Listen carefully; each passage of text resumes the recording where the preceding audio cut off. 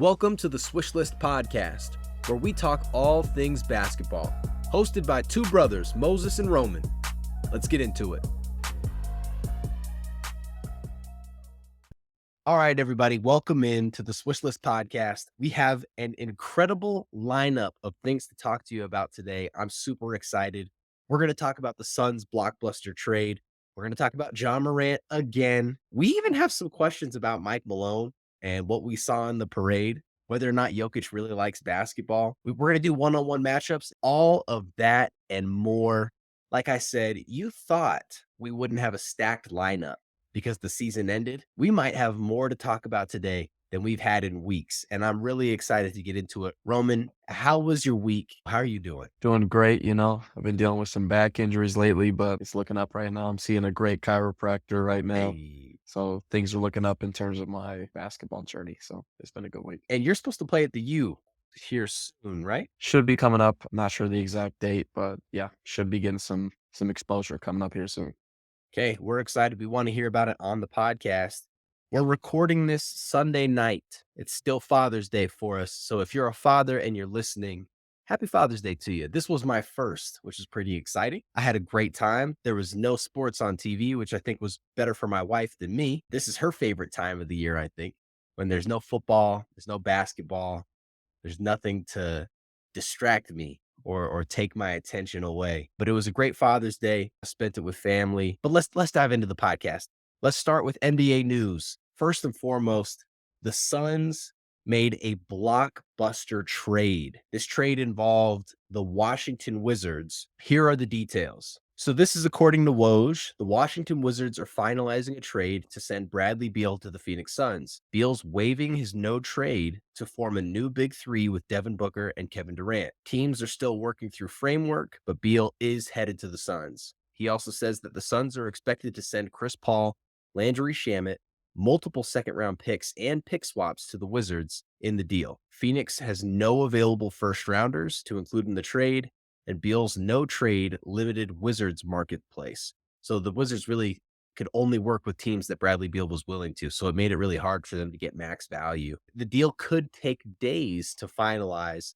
The main reason why is because they want to figure out what they're going to do with Chris Paul. So the Wizards are trying to see if there's anyone interested in Chris Paul with his current contract.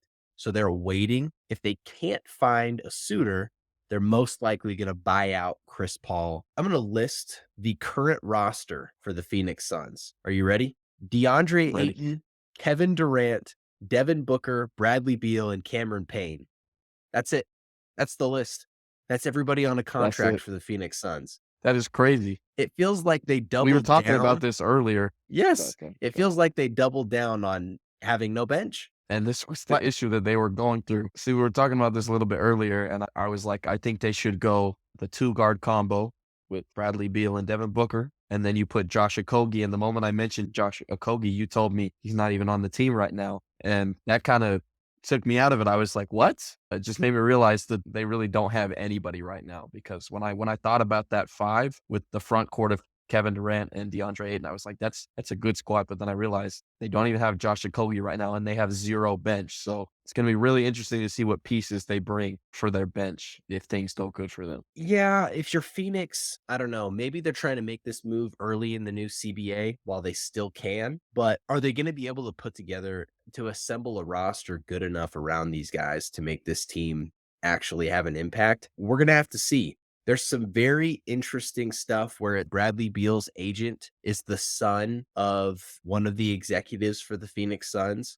It's very Jalen Brunson-esque, the deal and how it happened. Now, Kevin Durant, he might be Mr. Super Team. I know a lot of people want to label LeBron James, but you want to talk about big threes, you might have to start that conversation with Kevin. He was with Russ and James Harden, which was the people's favorite big three. Then he goes to Golden State, which is one of the greatest teams ever assembled. Goes to Brooklyn with Harden and Kyrie, and now he's with Bradley Beal and Devin Booker. So this guy really might be the king of big threes. I don't love the trade. I like it. I don't love it. Bradley Beal, he is a better player at this stage of his career than Chris Paul. He's going to be more reliable than Chris Paul, but you have to solve the point guard position. And I don't know what their lineup's actually going to look like. If I was going to make an assumption, It's still going to look like someone at point guard. It may be Campaign. I don't think it's a great option, but it might be. Devin Booker at the 2, Bradley Beal at the 3, Durant at the 4, and Ayton most likely at the 5 is what I'm assuming is going to be their playing roster. They're going to be fun to watch, though. I'll tell you what, this is as exciting a Phoenix Suns team that we've seen probably since the D'Antoni days, the Steve Nash days. Even though they had a finals run, this team feels like must-see TV to me. When I flip the script and I look at Washington, this feels like it rivals the Rudy Gobert trade as one of the worst trades I've seen in the last 5-10 years. It is really bad. It's really bad. You have an all-star level player, and you got a guy you're going to buy out, some second-round picks, and pick swaps. It's obviously a sign that Washington's going full rebuild, 100%. I don't like this deal for Washington. But like Woj's report says, Bradley Beal's no trade clause, the only player in the league with a no trade clause, mind you, they really were at the mercy of what he was willing to do. And the teams knew that. So they don't have to actually offer that much. From the Wizards' perspective, what are your thoughts on the deal? It's bad. I mean, you lost your best player, and now you have Kyle Kuzma and Kristaps Porzingis. Porzingis, he's up for an extension. It looks like it's back in the rebuild once again for the Wizards. I don't know if Washington ever plans on being good. I just don't know what they're doing as an org. Just really sad. A lot of years. A lot of years. I mean, they couldn't get any first round picks at all in that because, I mean, obviously the Suns didn't have any because they got rid of basically all of them for Kevin Durant. Yep. But to not get any first round picks that looks bad. That looks really bad. At the end of the day, if I'm going to give this trade a letter grade, I'm giving it a B- for the Suns, and I'm giving it a D for the Washington Wizards. I don't like it for Washington, and I'm okay with it for the Suns. I'm going to go B+ for the Suns. I mean, they got Bradley Beal out of it. And sure, Bradley Beal is really good. And yeah, the D- area for Wizards because, I mean, they basically just got Landry Shamet and some second-round picks for Bradley Beal. That's awful. Oh, my gosh. Okay, so I think CP3 is obviously going to get bought out. The question is, where is he going to end up? Right now, reports are that the Lakers are the front runners to land Chris Paul. Where do you think Chris Paul should go now? If he goes Lakers, I like that. He's going to get injured again. I think Chris Paul is going to get injured again. It's not like he's 32, 33. He's in his late 30s now, and he's not LeBron James. So if you want to be a contender, Chris Paul is not going to be there for your team. So if the Lakers do get him, then good for them during the season, but you cannot depend on him in the postseason. You already have Anthony Davis. Now you're going to pick up another injury-riddled older player. I don't love the fit for LA. Ja Morant, toy gun, Ja Morant. The man tried to free himself by making a video of his toy gun that he had, lighting the candle or whatever he was trying to do. That made me laugh really hard. Like doing that was gonna free him for any reason. Hey, by the way, the gun that I was flashing was a toy gun. Like in the situation you're in, it makes it look even worse that you would even have a fake gun at that point. Like you don't need to be flaunting the fact that you had a fake gun. It's not worth it, man. He's a grown man flashing a toy gun. That's a lighter. That's the definition of childish. It's got to be. I don't know what this guy's doing, but flashing a toy gun doesn't make you look good. Just makes you look dumb. So here's the deal. Ja Morant, he did end up getting a suspension in true Adam Silver fashion. It's a player-friendly suspension, in my opinion. What they said was they didn't really have precedence for something like this. They gave him 25 games. He's going to lose over $7.5 million just from missing those games. People also believe that because of these allegations, he missed out on being All NBA. So that cost him $50 million plus endorsements. Ja Morant in the last, call it 6 months, has lost over 60 million because he wants to play around with toy guns. So interesting decision by him. Not one that we would make here on the podcast. But at the end of the day, I thought he should have got half the season. At 25 games, there's an element where it feels like a slap on the wrist.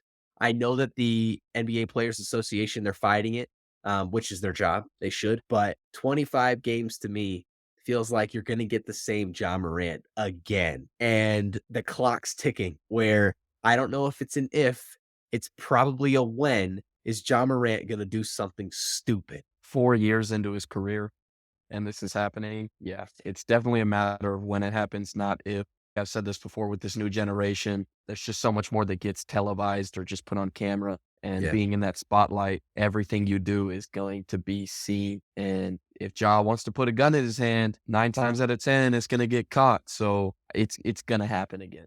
But 25 games Oh, is a slap on the wrist. Like at this point, it's like, hey, this isn't that bad. I mean, I can go 25 games without playing and come back and act like nothing ever happened. So I like it. I think Ja's good for the NBA. He's good for TV. So hopefully this 25 games goes by fast for him. it does mean that he does not qualify for any of the NBA awards this year because he won't be able to play the minimum threshold of games, 65.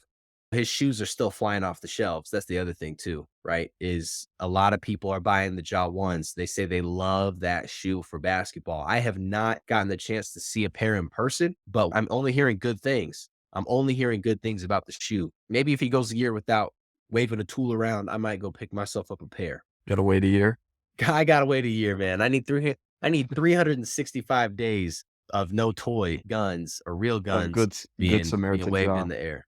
Let's talk about Mike Malone. Let's talk about the parade. We got to talk about the Denver Nuggets one more time, but it's not about basketball this time.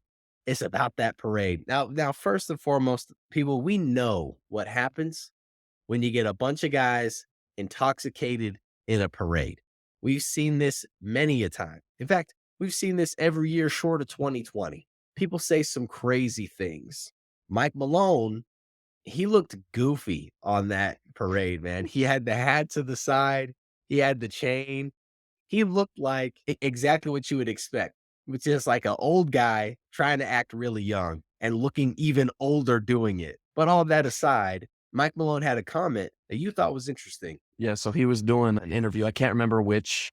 Pat Uh-huh. McAfee show. Yeah, so he goes on his show and they're just talking about him being a champion and everything. Mhm, And nothing gets brought up about the Lakers. And this is the main guy who's been saying, stop talking about the Lakers. We swept them. mhm. And Mike Malone decides to say, just out of nowhere, hey guys, I'm thinking about retiring. Just out of nowhere. And Yeah. LeBron made a comment about it too. And it's the same thing of why is this guy still on your mind? Like I know you're angry that the Lakers were getting coverage during the series and a little bit after the series, but to continue to talk about it after it, I don't know. There's not really like a beef or anything like that, but I think it's good for LeBron in terms of coming back. There's a flame lit there now. He's got a little feud with this Nuggets team coming off getting swept, and Mike Malone just continues to want to talk about him after saying stop talking about the Lakers and LeBron. It's all fun and jokes, but it's just interesting to hear him continue to talk about LeBron. There wasn't just that, there was also the guy in introducing Mike Malone said that he was the Lakers' daddy. I don't know if you heard that one during the At the parade. parade, yeah. Yeah. Some people may not know, but Mike Malone actually was one of the assistant coaches for LeBron James when he first came into the league. So I don't know how that ended, if there was bad blood or what, but there is history there. Mike, to your point, stop talking about the Lakers. Can't get the Lakers out of his mouth. You might have been a little bit intoxicated, Mike. So let me just remind you of something. You played the Miami Heat in the finals, sir. You didn't play the Lakers in the finals. So you're the one actually talking about older news than anybody. Hey, much respect to the Denver Nuggets. You guys deserve to win that ring. But if the alcohol got to your head a little bit, if the blood alcohol level was a little bit too high, let me just refresh your memory, guys. You didn't play the Lakers in the finals. You played the Miami Heat. So just check yourself a little bit and try not to be a hypocrite moving forward. I don't know. I don't want to hear about no Lakers and going into the next season. I can tell you that right now. And LeBron responded in true LeBron fashion, just like the most LeBron post we've ever seen. The only thing was missing was like hashtag strive for greatness, hashtag Just a kid kid from from Akron. Akron. Yes. Like that's all we were missing. We were missing his signature hashtags, but we had just about everything else. So the post I thought was so funny, dude. So funny. I loved it. Now, if you're someone that hasn't watched a lot of basketball around the league, or maybe you got into it within the last couple of years, Tony Snell was a bench guy, more of like a 3 and D tall player. Played for Milwaukee, played for a few other teams. He's probably most known for a meme where he played for a bunch of minutes and didn't score any points, no fouls, no rebounds, no assists, no turnovers, no anything, nothing to show for it. You can't post that meme anymore. Let me tell you right now. You can't post any memes right now about this guy because he's actually an incredibly inspirational story.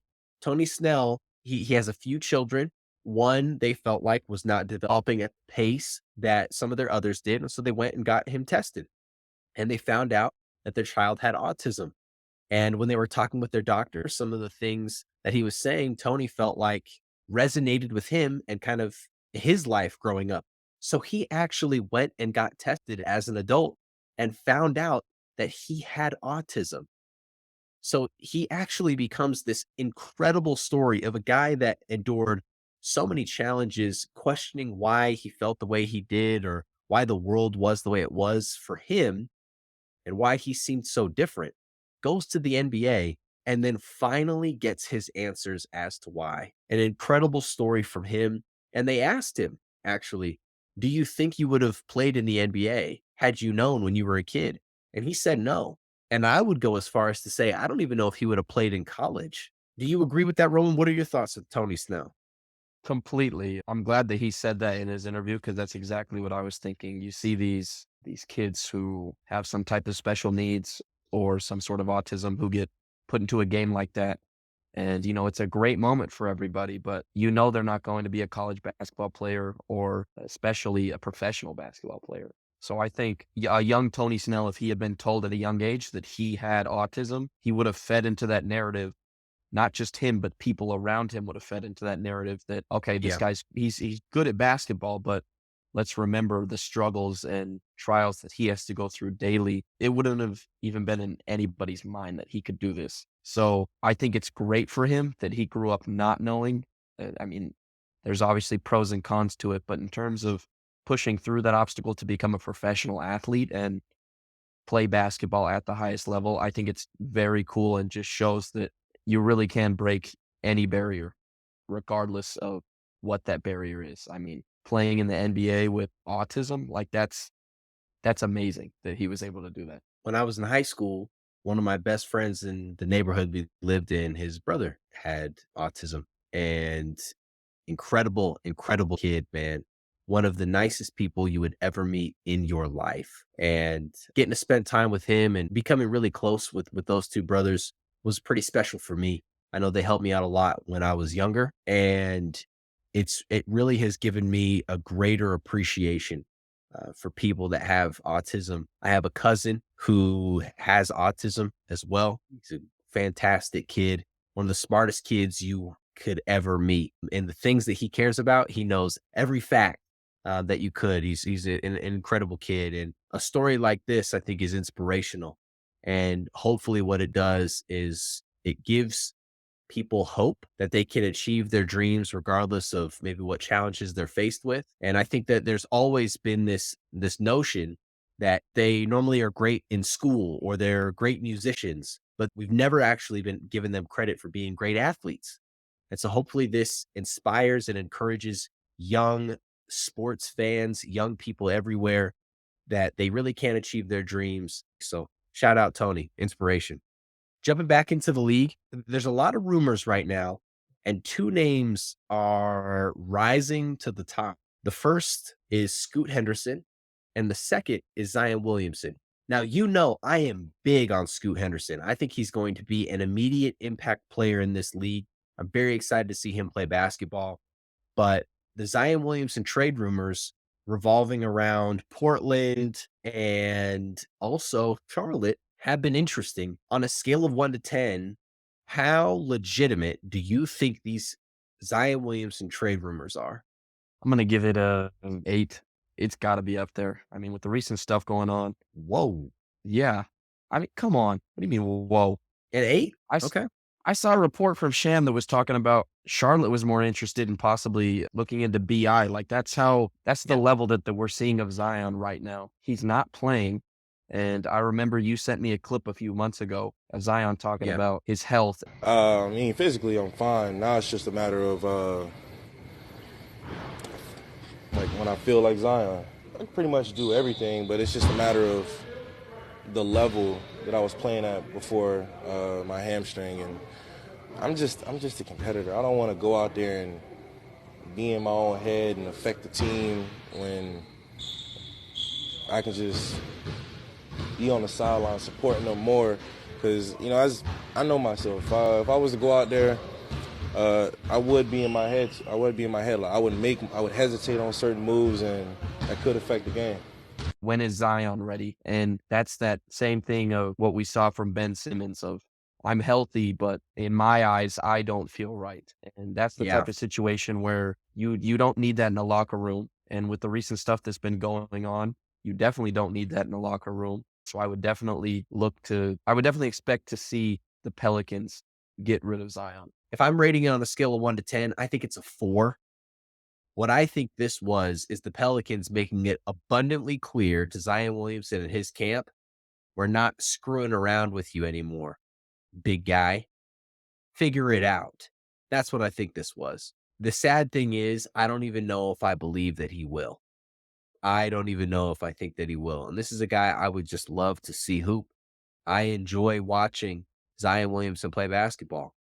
And I don't want it to happen. I don't want Scoot Henderson in a Pelicans uniform. I think that the Pelicans as an organization, they seem like a black hole for great talent. Anthony Davis goes to the Pelicans and becomes an injury-riddled player, one playoff appearance. Zion Williamson becomes an injury-riddled player, doesn't play in the playoffs. I don't need to see another top talent end up there and have their career end in shambles. If you're a Pelicans fan, hey, no offense, but you can't act like you haven't seen what I've seen. Speaking of Charlotte, they are actually interviewing Scoot Henderson and Brandon Miller one more time. Michael Jordan's actually going to be a part of those interviews on his way out. He's selling his stake in the franchise, netting himself $2 billion. It's a $3 billion sale, but they're saying he's going to net $2 billion once it's all said and done. He pays his taxes, etc. Was this a good move for Jordan? Probably. I mean, 13 years of owning this team, and They made it to the playoffs twice. They lost in the first round both times. not even making it out the first round Mm-hmm. in 13 years, it's bad. I like what Michael Jordan did in terms of making money off of this. So great in terms of money making, but as an owner, I didn't see him ever doing anything great with that franchise. So it's probably best for him to part ways. Does this tarnish Jordan's legacy at all? No, some of these great players are great coaches. If you have that talent, sometimes it's impossible to try and instill that talent into somebody else or that mentality into somebody else, especially as an owner. So I don't think it tarnishes his legacy at all. Yeah, I don't know what Jordan was using to evaluate talent. I felt like they reached a point where multiple times, where they had to pay somebody and they paid the wrong guy every single time. I'm looking at the Nicholas Batum contract, Hayward. the Gordon Hayward contract, the Terry Rozier contract. There was a litany of really bad contracts, drafting a lot of guys that played at Jordan-sponsored schools, and those players not panning out in the league or at best being bench guys. And let's not forget when they were the Charlotte Bobcats and they had a 10.86%, the worst winning percentage for a regular season in the history of basketball. That record is also held by one Michael Jeffrey Jordan. No, I don't think this tarnishes his legacy as a player, but I do have a theory. Roman, I believe that the NBA within the next 5 to 10 years is actually going to expand. I believe they're going to put a team in Vegas, probably Seattle, and who knows, they might even put a team overseas, given how much European talent we're getting into this league. And what I think is going to happen is LeBron James is going to be one of the owners of those franchises. I believe he'll be the majority owner in a franchise in Las Vegas. And this might be LeBron's chance to, in some way, shape, or form, one up what many would call the GOAT in Michael Jordan by being a better owner than the GOAT himself. So you heard it here first. Today is June 18th, 2023, Father's Day. I'm predicting that LeBron James will own a franchise in Las Vegas within the next 10 years. Well, here's the steps that have to happen for that to go through. Right now, the NBA is negotiating new TV contracts. You have to lock those in, and you have to have conversations about what that looks like with new teams. That was never a part of the old contracts, so that needs to be discussed in these new contracts. LeBron James obviously is going to retire within the next, let's call it 3 years. So he retires, new TV contracts, expansion teams before the end of the 2020s, and LeBron James, I think, is one of the key owners. I don't know. I think it's gonna happen. I like it. That'd be cool. That's a cool theory. Only time will tell. Save this clip. Ladies and gentlemen, save this clip. Mhm. We're just gonna jump right into talking about Jokic. The Jokic memes the last couple of weeks, they have been probably some of the funniest I've seen on social media, where people are genuinely questioning whether or not this guy loves basketball. He talks about it like it's his day job. He even says, like, who loves their day job, truly? Roman, does Jokic like basketball? Does he even enjoy it? I think he likes it, but he's not one of these student of the games. I've been watching since I was a kid type players. A few other examples of this that I've seen in recent history is Anthony Edwards talking about how much he loves football. Kawhi talking about how he doesn't really watch the game in his free time. I think there's a lot of guys in the NBA who truly are not big basketball fans, who don't really care about the game outside of playing it and just treat the game like a job. And Jokic is the perfect example of that right now. He comes in, he gets the job done, and he appreciates his free time. And I think that's something that makes him so great is he realizes that this is a job and it's not as much of a hobby for him as it is a job. He has things that he enjoys away from the game so that when he is in season, it really is business for him compared to some people. It's a love for the game. When for him, it's, I need to go out and win so I can be happy in my free time. So I think it's a cool angle that we don't really see from a lot of these guys, like a LeBron James, somebody that you hear talking about growing up, loving the game, loving Michael Jordan. But for a guy like Jokic, it really is just business for him, and this is his job. One of the things I think that people don't pay attention is Jokic isn't from here. So when he comes to the US for the regular season and the postseason, he's not in his home country. He's not staying in his own house. He's not surrounded by the things that he enjoys. He doesn't come back to home, which is Serbia. He comes back to the place that he has in Denver. When he's traveling all over the country, getting mobbed by fans, it really is work for him, truly. And I'm not going to go as far as to say Jokic doesn't love basketball. I'm not going to do that because he's talking about how he loved watching Magic play, MJ, Hakeem Olajuwon, right? So he's seen these people play basketball. There's clips of him playing when he was younger. There's a clip that went viral of him when he was a young kid, and he's still like wiping his face with the one side of his jersey, just like he still does, which I thought was pretty special. But this is a guy that we have to understand that, especially with these European players in particular, he's not spending the offseason in Denver. Like this isn't home for him. So whether he's playing home games or on the road, it's all the road, all of it. And I don't know if you've ever gone on a business trip. If you're listening to this podcast, if you went on a business trip for a week, how stoked were you to be home? Felt really good, didn't it? Now imagine you were gone for 6, 7, 8 months. That's what happens when you go to the finals. And shout out to him because he was incredible on this playoff run. One of the best we've ever seen. He gets the job done. He wins his ring, and he kept it 100 with us. He told us his honest truth. I thought it made him so much more authentic. It's so much easier for fans to now gravitate to him because everybody's worked a job they just don't like, but they got to do it anyways. And even though that may not be Jokic 100%, it just feels like you relate to him that much more. Now, a true journeyman, a six man of the year, one of the best we've ever seen, Lou Williams, he called it quits. He's hanging him up. I believe he's played 17 years in the league. He just retired, and you wanted to do a little segment in honor of Lou Williams' retirement. What you got for us? In honor of Lou Will retiring, it had me thinking back to, some of the great six mans of the last, I'd say 20 years or so. And Okay. I've got a little start bench cut for you for these. Okay, you ready for this? As ready as I'll ever be. So we got start bench cut, Lou Will, Jamal Crawford, and Manu Ginobili. Lou Will, Jamal Crawford, Manu Ginobili. It's a good three. At this point, I think it comes down to personal preference because these are all just great players at this point. No, they are. Manu played 16 seasons. He averaged 13.3 points, 3.8 assists, and 3.5 rebounds. He played in 2 All-Star games, 1 Sixth Man of the Year, and 4 championship rings. Jamal Crawford played for 20 years for 9 teams, averaged 14.6 points, 3.4 assists, and 2.2 rebounds. He won 3 Sixth Man of the Year awards. And Lou Williams played 17 years. He averaged 13.9 points, 3.4 assists, and 2.2 rebounds. And he also won 3 Sixth Man of the Year awards. This is tough because the numbers are really so close. But if it's me, I got to start Manu Ginobili. The championship rings speak for themselves. It wasn't just that he was incredible. It wasn't just that he was a high impact player. It wasn't just that people loved to watch the Argentinian superstar play. It was that his game also equated to championships. And he was seen as a member of their big three, right? It was Timmy, Parker, and Ginobili, even with Ginobili coming off the bench. So you got to start Ginobili if you're me.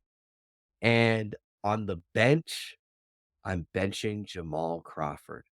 Jay Crossover was a killer. And I watched this guy put so many dudes on skates. It's no disrespect to Lou Will, but Jay Cross is coming off the bench for me. 3-time Sixth Man of the Year. He's my pick. Lemon Pepper Lou. I'm going to have to buy some lemon pepper wings from Wingstop. We are not sponsored in honor of him, but that's got to be my pick. What about you? I like your 3. I was hoping you were going to take Ginobili at the starter for his championship experience. I was really hoping you didn't knock that because I looked up the numbers too, and I was like, it's almost identical, all 3 of them, which is super fascinating to see. So yeah, I like the start bench cut there.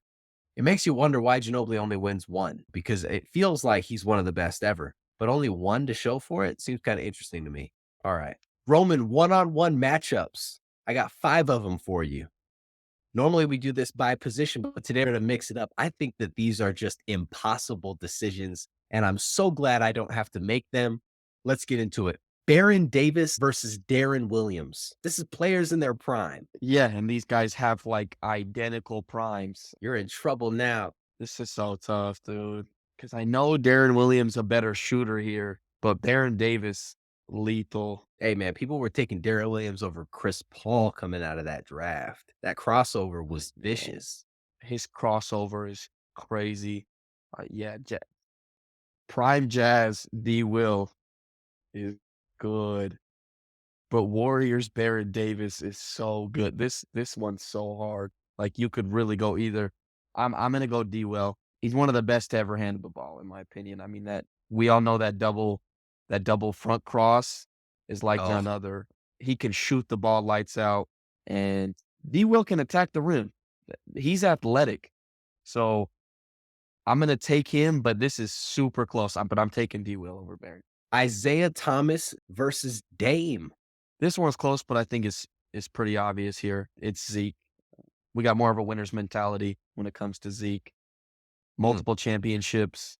People forget how athletic Isaiah Thomas was, how good he was. The iconic game of what he did with that sprained ankle, limping down the court, but just weaving through the defenders. We obviously have like a generational difference here. Dame is amazing, but I think I'm going to take Zeke here. Penny Hardaway versus Gilbert Arenas. Oh, you got to be careful Gilbert what you Arenas choose is here. One of the greatest scoring guards of all time. One-on-one. Nah, I'm definitely going Gilbert Arenas. This is one-on-one. One of the greatest scorers of all time. I don't care how tall Penny is. Penny's a great playmaker. He had Shaq as his teammate. But Gilbert Arenas is built for one-on-ones. This is what this dude did on that Wizards team. So I'm going Gilbert Arenas. Prime Reggie Miller versus Ray Allen. That late Bucks Ray Allen is good. Even Sonic's Ray Allen. I'm going to go Ray Allen.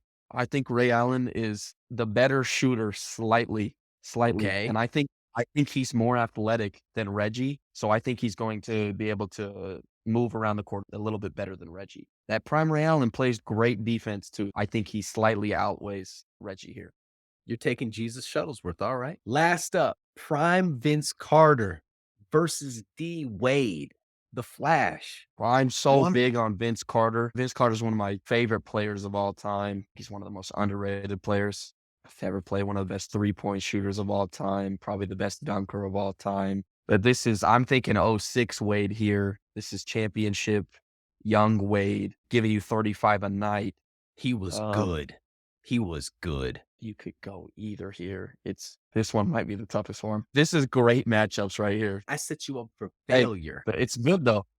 It's what we do here. That's what we do here. We talk about legit matchups. Not like this generational stuff. We're not giving you Bob Cousy versus Steph Curry. We're giving you ones that they make you think a little bit. You got to think a little bit. What you gonna do here? You got me stressing over here because I'm like, D-Wade's fast. Yeah. But he's the Flash. In his prime. Yeah, but he's the Flash. Vince in his prime though? Okay, I'm going D-Wade. I'm going D-Wade. He's a winner. And the speed that he has is fast and as great as Vince is. I think it bodes well for D-Wade in that one-on-one matchup. There's probably 2 or 3 inches of a height difference here. Gosh. I can't even say a lot on that. Like, I don't even know. Wade's mid-range jump shot was for real. All right, if you think we got it wrong, let us know. These were not easy picks, but I want to know what you would choose in the comment section. Let us know. So we are at the end of episode 8. This one was a fun one. A lot of NBA news. I think that the off seasons may be more enjoyable than the regular season when it comes to the NBA because it's a lot of rumors. It's what did he say? What's going on over there? Free agent signings, trades. We have the NBA draft coming up here soon. So we're excited to analyze these draft picks a little bit. We'll give some letter grades on how we feel different teams did. So that's something to look out for this next time. If you enjoyed this episode, please let us know. Send us a message on Instagram. We're on all your favorite platforms. I'm telling you, we're there. YouTube, TikTok, Instagram, Facebook. I could name them all. We're there. But we appreciate you listening to the podcast, reaching this point. Roman, thank you for gracing us with your presence. It's always enjoyable. And I'm just glad my son didn't wake up while we were recording. Roman, send us off, man. Send us off. Thank you for all the listeners. People who have been here from the start, new listeners. We appreciate you all. Episode 8. It was great. Looking forward to a new one. And if you haven't subscribed, followed, if you're not commenting, it's getting ridiculous. It's getting ridiculous. We appreciate all the love that we've been getting over the past few months. Thank you for listening to this week's episode of the Swish List Podcast. Catch us on social, and we'll see you next week.